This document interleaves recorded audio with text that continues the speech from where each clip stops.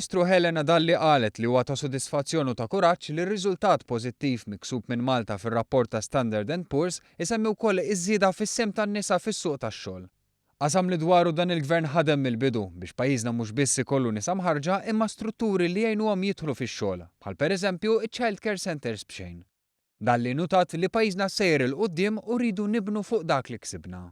Għaldaqstant sostniet li bi strutturi oħra bħal fond tal-maternità li se jitħabbar ftit tal-jiem oħra, is-sitwazzjoni għan-nisa se tkompli titjieb hekk kif kull min iħaddem se jikkontribwixxi għal fond biex il-piż finanzjarju jinqasam fuq kull min iħaddem. U bekk ħajkun hemm inqas ċans ta' diskriminazzjoni kontra nisa illi huma ta' età illi jista' jkollhom it-tfal. Il-Kummissarju għall promozzjoni tal-Ugwaljanza Rini Lajvira innutat ukoll kif dejjem qed jikber in-numru ta' kumpaniji li jfittxu l-marka ta' ugwaljanza mill-NCP. Marka li turi li l-kumpanija jkollha strutturi, policies u proċessi f'posthom rigward l-ugwaljanza. Hemmhekk iridu mmorru finalment u once li aħna naraw li dawk il-policies qegħdin hemm fuq talba tagħhom, allura l-NCP toħroġ l-award.